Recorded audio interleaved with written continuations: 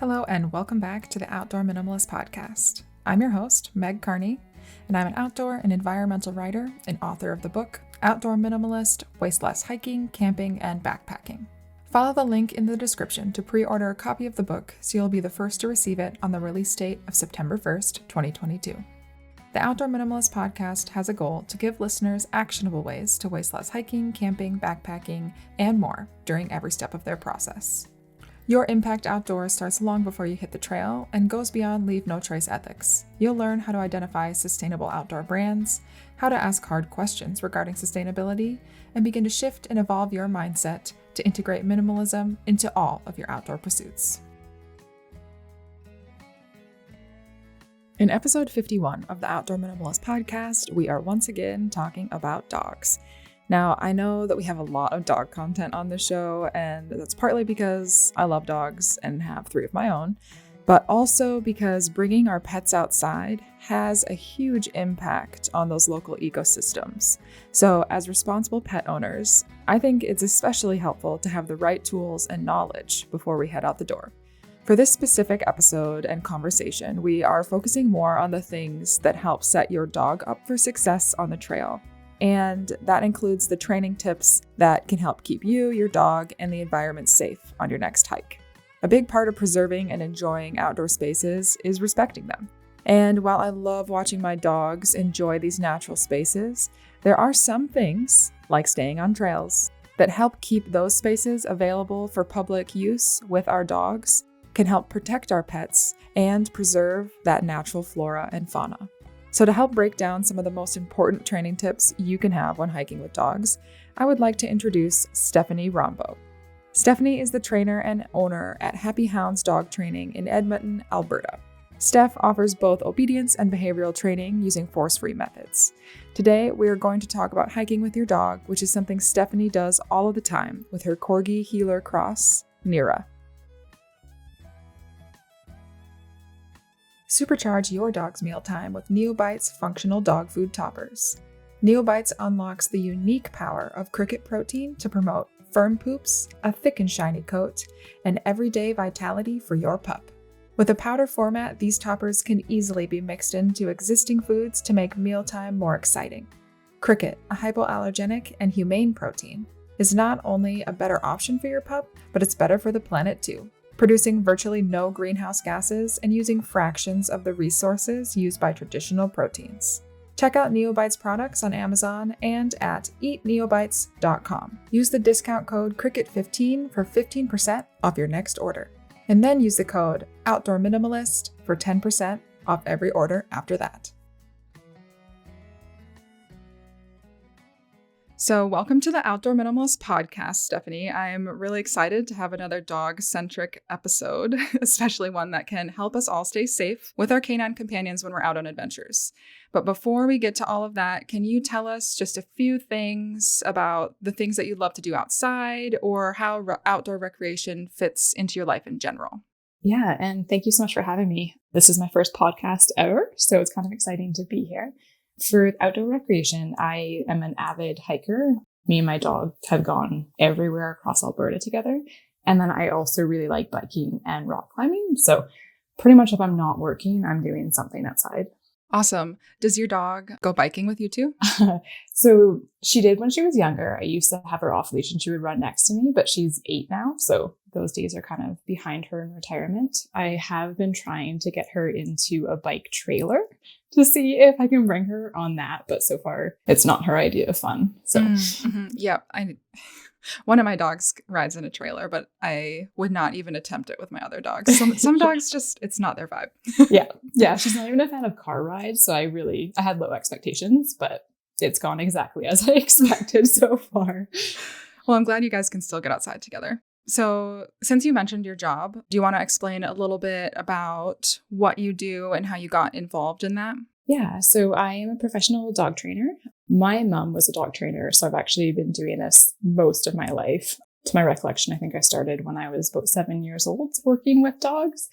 My brother and sister were not dog people, so I kind of just got more roped into the family business since I liked it.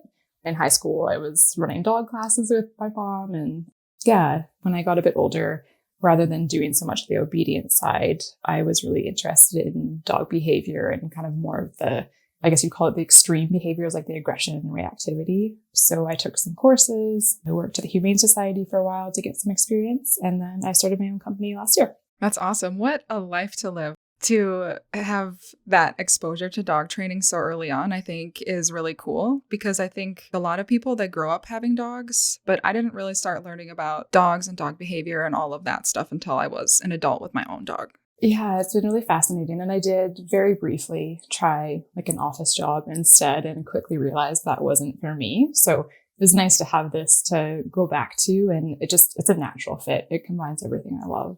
Yeah, and you mentioned that you took some courses and things like that. So in order to be a dog trainer, are there certain certifications or schooling that you need to attend? So technically the answer is no, which is unfortunate. Anybody can actually call themselves a professional dog trainer. There is no qualifications required, and it's a pretty unregulated industry. I strongly feel that people should take certification courses.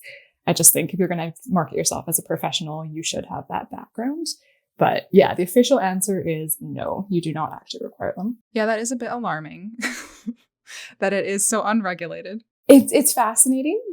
Yeah, almost nobody knows that. So I think when you see the term professional dog trainer, you assume the person for sure knows what they're talking about. But it could just be somebody that, woke up on Saturday and decided this is the career for them, and they've never actually even worked with a dog. So it's a bit alarming. Interesting. I could ask a lot of questions about that specifically, but I don't want to derail today's discussion. So back to just about your dog training and the things that you do. So do you have like a specific niche that you focus on in your dog training? I know you mentioned you took more of the behavioral interest early on. Mm-hmm. So I'm what's called a force-free dog trainer. So very basic terms. I train without using force, fear, intimidation, pain.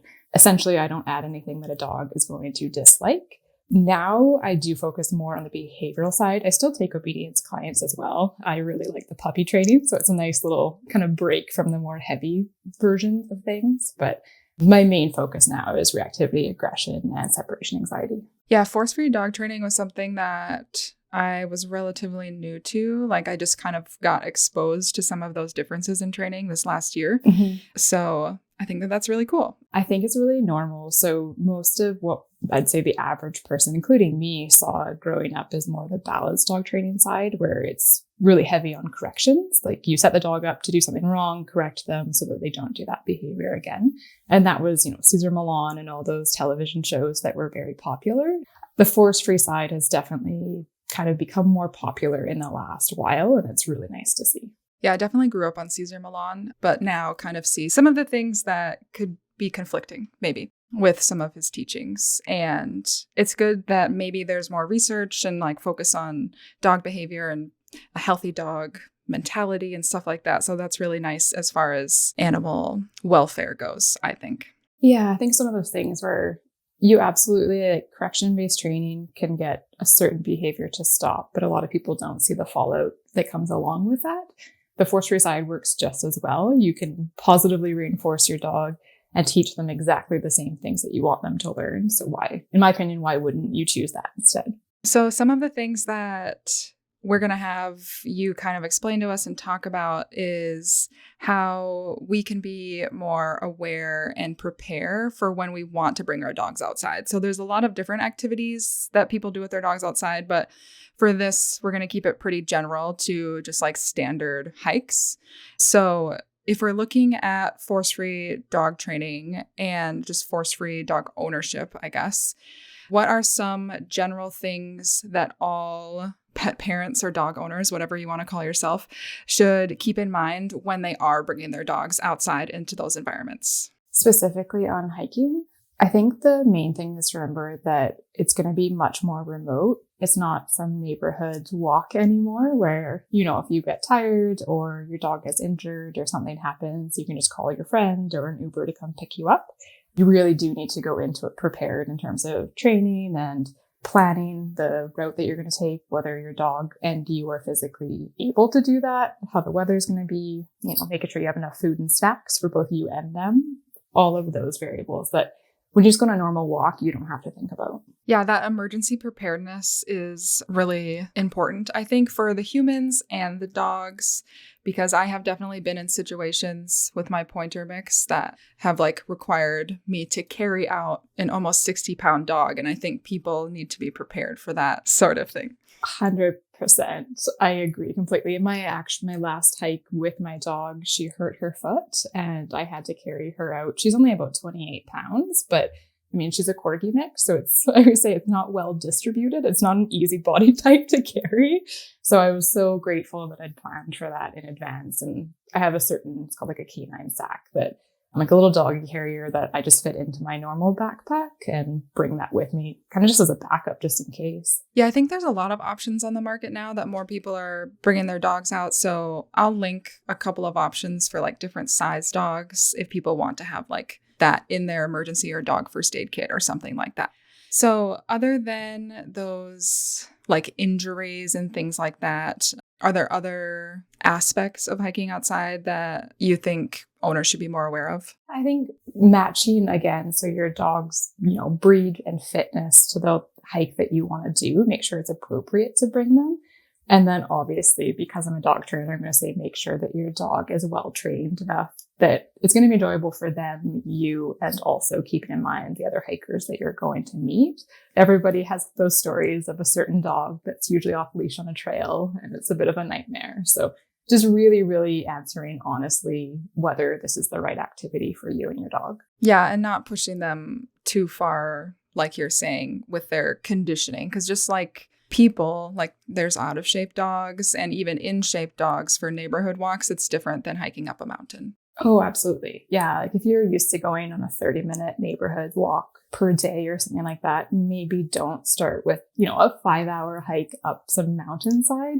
Like start smaller, make sure it's enjoyable. And then if you love it, keep planning and training for those bigger and bigger ones, and you'll actually have a good time. So as you mentioned, training is a big part of preparing your dog really for anything. Just anything in general, but hiking specifically, I think there is a lot of different types of training that can be really helpful.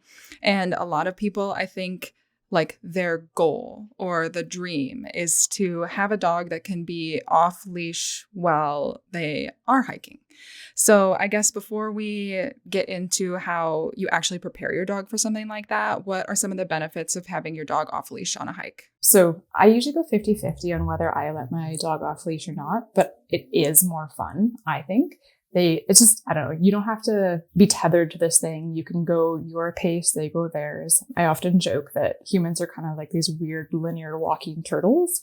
We're slow and we go at a steady pace this entire time. And that is not how a dog naturally walks. They usually prefer to run and then stop and sniff, run, stop and sniff. So if you can have them off leash, it's going to be more enjoyable for them and it'll probably tire them out a bit more too.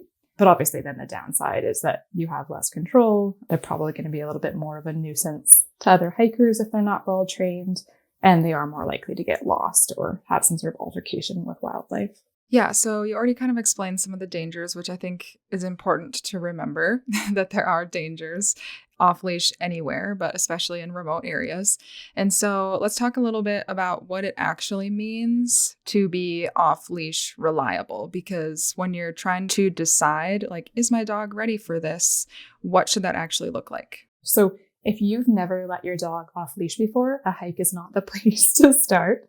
I define off-leash reliable as a dog that basically whatever word you've chosen as your recall word, I use here. So if I say here, my expectation for an off-leash reliable dog is that they come back almost immediately in any situation that I let them off-leash. I think the important part to note is off-leash reliable is really contextual. So your dog can be off-leash reliable in your yard or in a dog park. That might still not mean they're quite ready to be off-leash reliable on a hike where there's a lot more going on. Yeah, and you might be getting to this a little bit later, but I feel like dogs, I mean, they're not perfect. The training isn't linear. And so like with the newest dog that we have had for almost 8 months now, I think, I would say that there's been times when he has been really off-leash reliable, but then we've had a lot of setbacks and then we can't quite do that anymore because he gets like over threshold way easier and things like that. So thinking critically and really knowing your dog is important in those situations. Yeah, I think if you have any doubt, like you have other options rather than unclipping them. You and your dog can have a fantastic hike without them being off leash.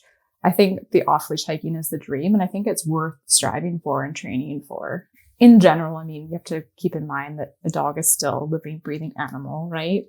Like off leash reliable doesn't mean that it's going to be 100%. It just has to mean that you're pretty confident that that dog is coming back to you when you call. So I guess how do we get there? And I did like that you said that it might not be 100% because I have heard other trainers being like, you can't let your dog off unless they are recalling 100% of the time. But I don't necessarily believe that that's possible, which maybe that's a bad take.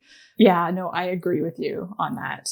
I think when it's something like they're not robots, right? Like I always say like dogs are trainable. They're not programmable. You can't expect 100% from anything that does have the free will to make its own choice. If you want that, I don't know, get a stuffed animal or something instead. I think that you can make training very, very reliable to the point where you don't have stress the whole time and you feel really confident. But you just have to keep in mind that anything can happen. You might be in a situation that the dog's just never been in before and things can go wrong. So I guess how do we get to that point? And I think this will be kind of difficult because I'm sure that it kind of depends on the dog and kind of their background and like current experience. So anyone listening to this, like don't just take this information and be like, I can train my dog off leash today. You know what I mean? Like, I think what you're going to say is going to be a great foundation, but take it with a grain of salt. Mm-hmm. Yeah, every dog's going to be different and they're going to be motivated by different things. This maybe sounds bad, but one of the first things I always kind of tell people is, or ask them is, if you used a vacuum upside down, does it clean your floors? And like, obvious answer is no. The point I'm trying to make with that is that you have to apply something or use it correctly if you want to get the results out of it that it's supposed to have. Force-free training is no different. So you have to build those skills in a setting where your dog can actually succeed so that you have something to reward and build progress from that point. I think I see a lot of very well-intentioned pet parents at dog parks and things like that, you know, unclipping their dog for the first time. It's this dog's first time ever having freedom. And then it's in this crazy environment with, 20 other dogs and they're wildly calling them back to them and they're not understanding why their recall's not working. That's not where you start training. That's never where you start. Is it okay before we kind of discuss how I actually teach recall if we talk about the common mistakes people usually make? Yeah, that'd be good. So I actually find that these are usually more of the issue than people doing the good training is just where they went wrong. So kind of the biggest one I would say is that in the past, you've recalled your dog for something and then you did something that your dog considers punishing. There's typically about 3 forms of this. So common one, again, I think we've all seen it at the dog park, would be when somebody punishes their dog for not coming back in the way or time frame that that person wanted. So they have unclipped them. Maybe the dog's playing with another dog. This person's wildly calling them back. Eventually, the dog finally goes back to their owner. But by that point, they're really stressed. That person's really frustrated. And they maybe like grab the collar or yell at the dog, something along those lines. What the dog learned actually is that something bad happens when I return to you. Why would they come back the next time? We tend to think the human form of the dog will understand why I'm mad. They don't. All they learn is that coming back to my owner equaled something bad, something scary.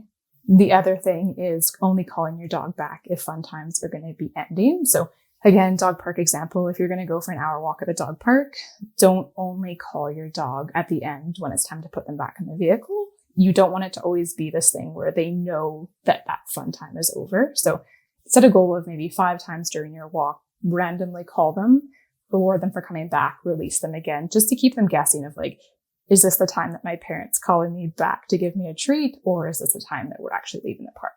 And then the last one, and I think everybody's guilty of it at some times, but it's calling your dog back for something that they dislike. So if they don't like getting their nails done or bath time or something along those lines, go get your dog for those situations. Don't call them towards the bathroom just because, again, if the recall equals some sort of punishment in the dog's eyes, it's not going to work that great the next time.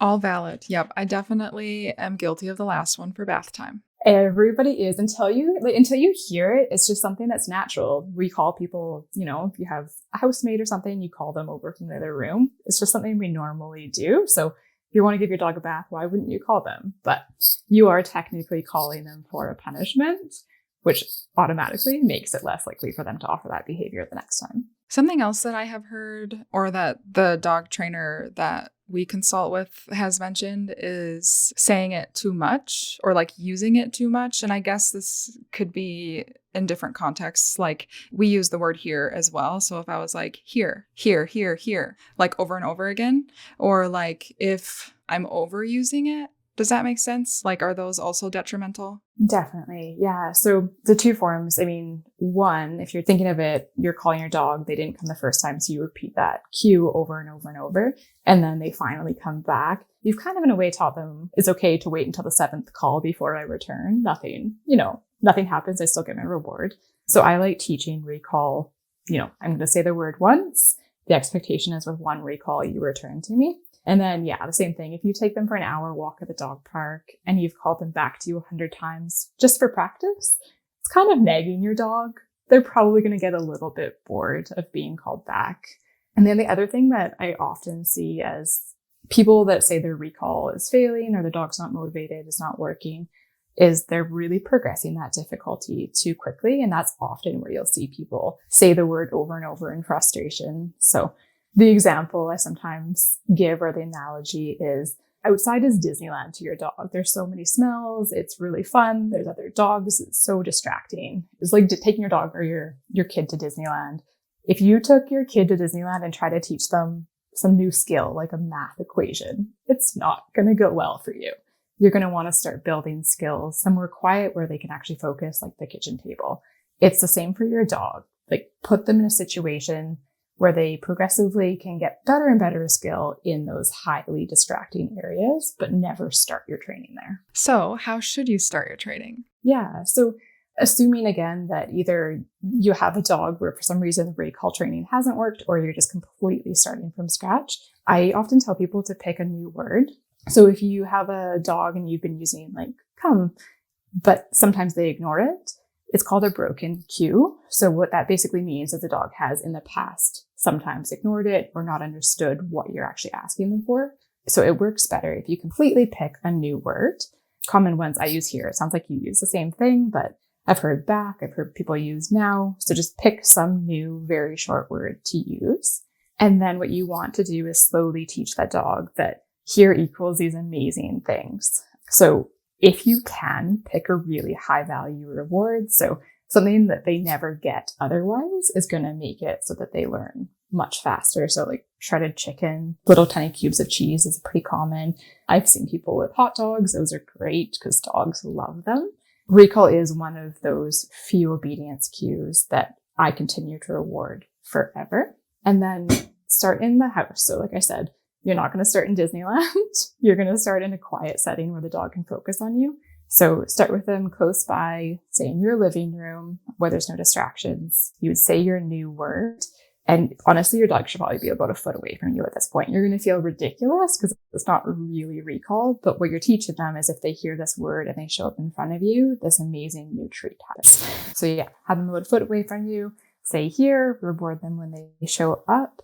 Don't expect a secondary behavior is a really big part of it too. So if your dog comes to you when you hear this, or they hear the word, don't ask them to sit when they arrive, because then technically you're actually rewarding the sit, not them recalling. That's one of the other common mistakes I see. Say the word once, which we've spoken about, and then do anything to get your dog to come back to you. So kissy sounds, clapping, anything. And as soon as they arrive, give them that reward.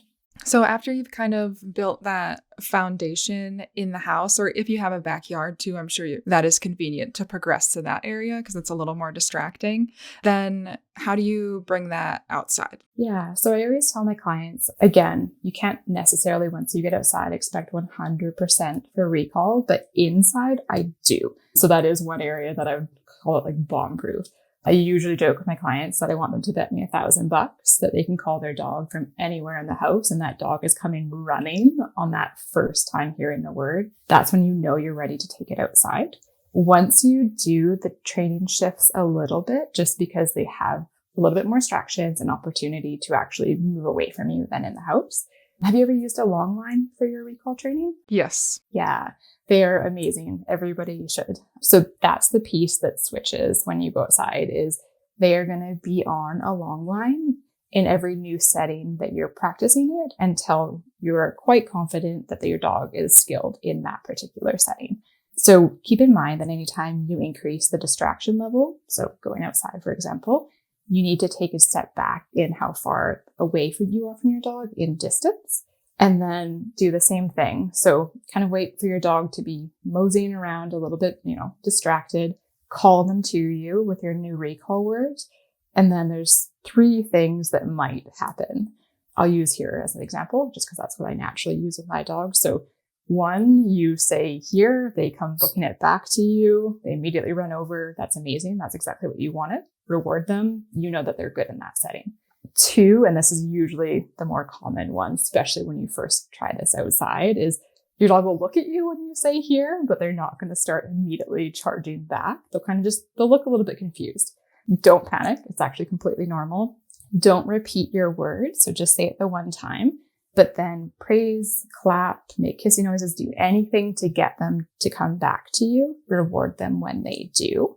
And then try that exact same setting and distance again to see if they figured it out. If they haven't, if the same thing happens again, I suggest taking a step back in your training, making it easier by either standing closer to your dog or moving back indoors again.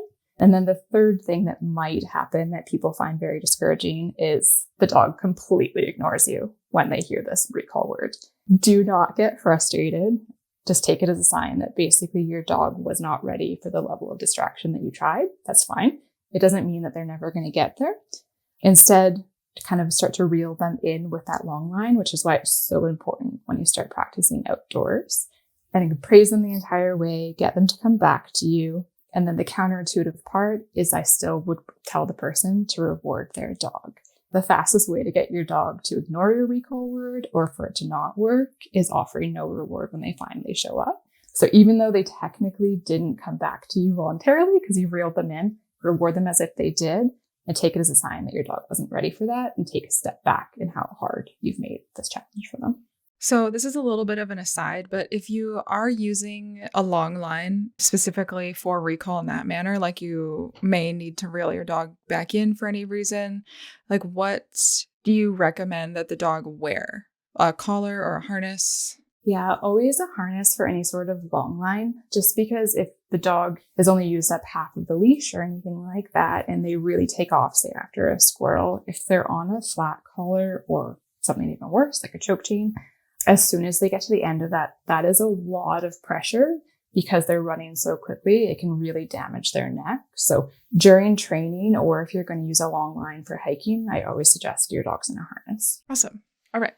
Good to know. So it sounds, I know from working with the newest dog that it is a progression. It takes a long time. So I think having realistic expectations, like for me, that was really helpful because I already hiked a lot with my 2 original dogs. So adding the 3rd one, I kind of had to check my expectations to be like, he's not going to be ready the first 3 weeks that I have him, even if we're training every single day. So I know it's kind of hard to give an average because all dogs are different, but what is a realistic timeline for off-leash reliability? So most dogs, I would say, and again, it really depends. I always, at the beginning, like I said, when you're programming kind of the new recall word, I use treats. You will find with certain dogs that once you get into that outside setting, the treats aren't as rewarding for them, and maybe something like a toy or a squeaky toy would be. So in those cases, it takes a little bit longer just because you have to figure out what your dog finds reinforcing. But on average, I would say, 4 to 6 weeks from the time you start the training to when you could probably go to a dog park, pretty stress-free. And then progressing to a hike, what would you think that would be? Because they're like dog parks are still relatively controlled environments, even though you don't have control over the other dogs or people there. But I feel like there's less option for encounters with wildlife or really exciting smells. Cliffs. Water. If your dogs like to swim across rivers away from you, like those types of things. Yeah. Probably give yourself a few months. It's often not the answer people want to hear because in our day and age, we all like immediate results, right? But it can take a few months just to be so reliable off leash that it's safe for them to do in that setting. Likely, could you go earlier and everything would be fine? Yes. But are you willing to kind of take that gamble? I would want to be very, very confident with my dog before I took them hiking off leash. And that usually takes a couple months. And I know that there are other options, and I have also talked about them in some of like my earlier episodes. So do you think that off-leash reliability is possible without the use of an e-collar? I do. It's a funny question to me. To my best knowledge, maybe don't quote me on this, but e-collars started being used, I think, in 1960s, and they really didn't become popular until the 90s, and they're kind of having a bigger moment again now. But many dogs were off-leash trained prior to that e-collar coming out. And then there's a lot of countries, like many in Europe, parts of Australia, quite a few scattered across the world, where e-collars are banned because they're seen as inhumane towards dogs. And there is still many off-leash trained dogs that go hiking and go to dog parks in those countries. So I don't know. They have been marketed, in my opinion, as a safe way to let your dog off leash and almost like that you're an irresponsible pet parent if you don't use one, but they're absolutely not required. I touched on it a little bit earlier, but you have sort of the two options, two different styles of dog training where you can use the correction like an e-collar or you can use the rewards. So in my case, treats or toy or play, something like that. You can get the same result from both sides. You don't actually need the e-collar as a tool. Yeah, I don't want to get like too deep into the e-collar convo because I know that there's a lot of controversy surrounding it, which kind of so much, yeah. Especially in North America, I feel like we are the most polarized group when it comes to it. A lot of countries kind of, most people feel the same as each other, but Canada and the United States, yeah, there's a lot of controversy. Yeah, and if people have listened to the Adventuring Responsibly with Dogs episode that came out last year, I do talk about e-collars and how I use them, and I no longer use them. So I think people can also change their mind. And once I was exposed to Force Free, I found that my dog that I had been using it with, he seemed a lot, I don't want to say like just happy, but he like more prancy. Like when he's really happy and excited, he prances and is like all perky. And so before he would kind of be disappointed to come back to me. And I didn't really realize the difference until I saw it, like the visual difference in his body language. And so that in itself was rewarding to me because I was like, oh, look how happy he is. You want to go hiking with your dog because you want it to be enjoyable for both of you, right? Like it's not for you and it's not for them. It's this really lovely bonding time. So yeah, if there's anything that you're adding that kind of subtracts from somebody's enjoyment or fun, why would you? I obviously am on one side of the controversy, clearly. So, yeah. Yes. Other than recall, because I feel like that was a really great explanation of kind of how to do it. And that it is obviously a progression. So you just keep working on the same things until you feel like they are ready. And so other than recall, what other things do you think people should prepare their dogs for if they plan to go out hiking? Yeah. And like I said, I don't necessarily think that everybody that takes their dog hiking needs to plan on having them off leash. I am a dog trainer. I completely trust my dog off leash. And most of the time now, I still actually hike with her on a long line.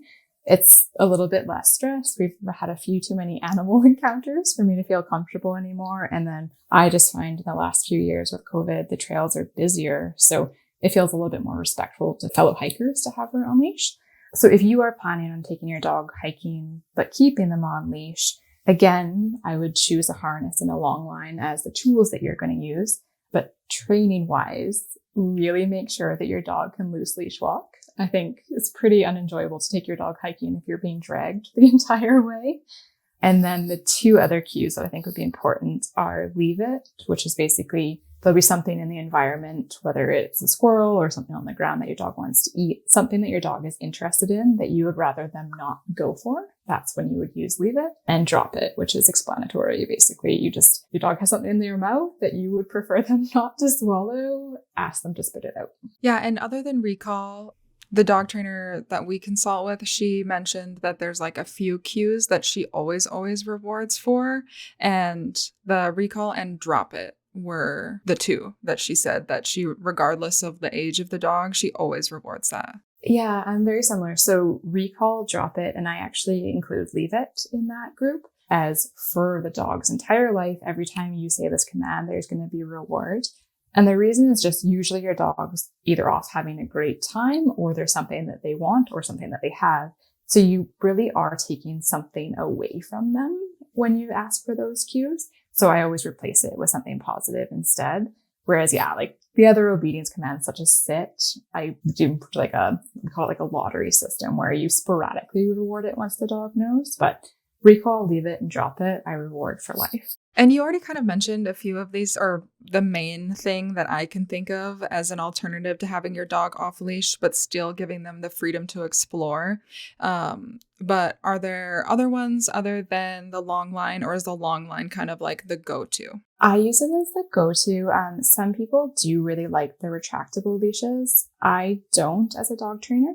Just the entire mechanism of them is if the dog pulls, they get more freedom, which is a reward, teaches them to pull. So I personally do not enjoy them, but I can understand the application in terms of hiking because they're a bit easier to manage. But yeah, if you're going to keep your dog on leash, like a 10 to 20 foot long line is going to be amazing. Yeah, I think that I use a 50-foot long line, which seems a little excessive, but the area that we go to is really like open. So there's not stuff to get tangled on, you know? Fair. Yeah. I'm so used to hiking in like quite treed areas where I feel like a 50-foot one would just be such a headache. Yes. Is it usually like, is your dog at the end of that most of the time, or are you holding this massive bunch of leash? Kind of a mix. It kind of depends on the situation, but I really like it for the areas that we go, and also if we're at a swimming area, because he can go out and actually like swim for a ways. That's fair. Yeah, that totally makes sense. But I do need to invest in a slightly shorter one because it is annoying to carry this like big bundle of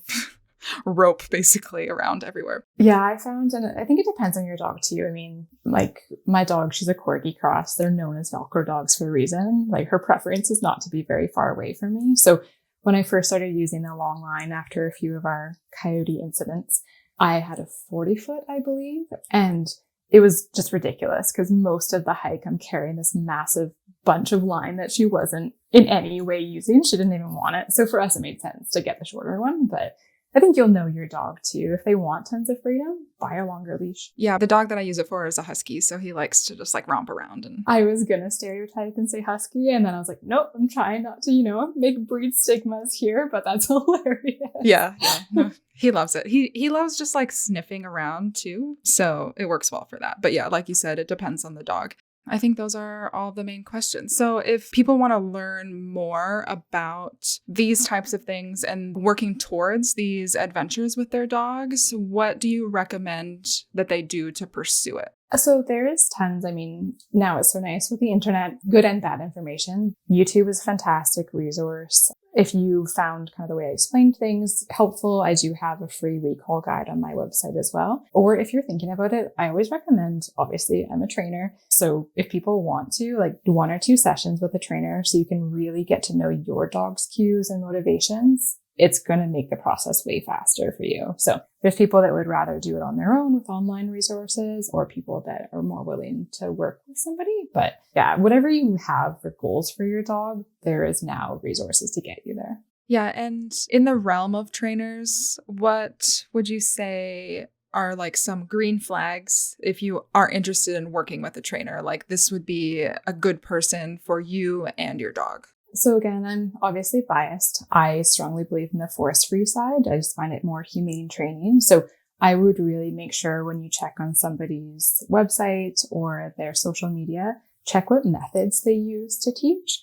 Is it really, really reinforcement-based or otherwise? And then check for credentials too. Again, like I said, you don't have to actually have certifications to be a professional dog trainer.